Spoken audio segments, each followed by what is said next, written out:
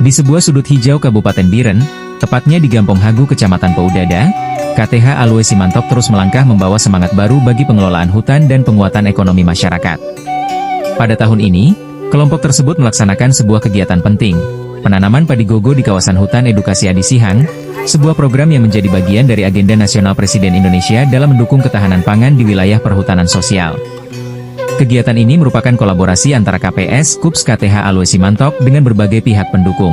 Di hari kelima pelaksanaan, suasana menjadi lebih semarak dengan hadirnya 3 mahasiswa magang dari Sekolah Tinggi Ilmu Kehutanan Pantekulu Banda Aceh. Para mahasiswa tersebut akan menjalani proses magang selama 2 bulan, sekaligus menambah energi muda dalam pengelolaan kawasan dan kegiatan penanaman.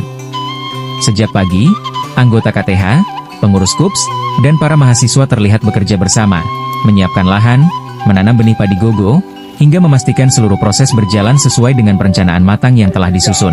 Semangat gotong royong terasa kuat, menyatukan berbagai latar belakang dengan tujuan yang sama, menghadirkan inovasi pangan dari kawasan hutan.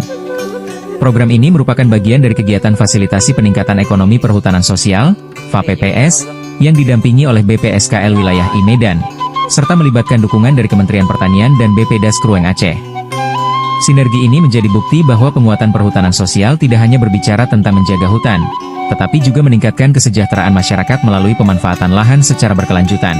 Harapan besar pun tumbuh bersama benih padi yang ditanam. KTH Alwe Simantok bercita-cita menghadirkan produk unggulan baru yang mampu menjadi identitas kawasan sekaligus mendukung program ketahanan pangan nasional, yaitu padi gogo organik berlabel Sihang Ricci Organik.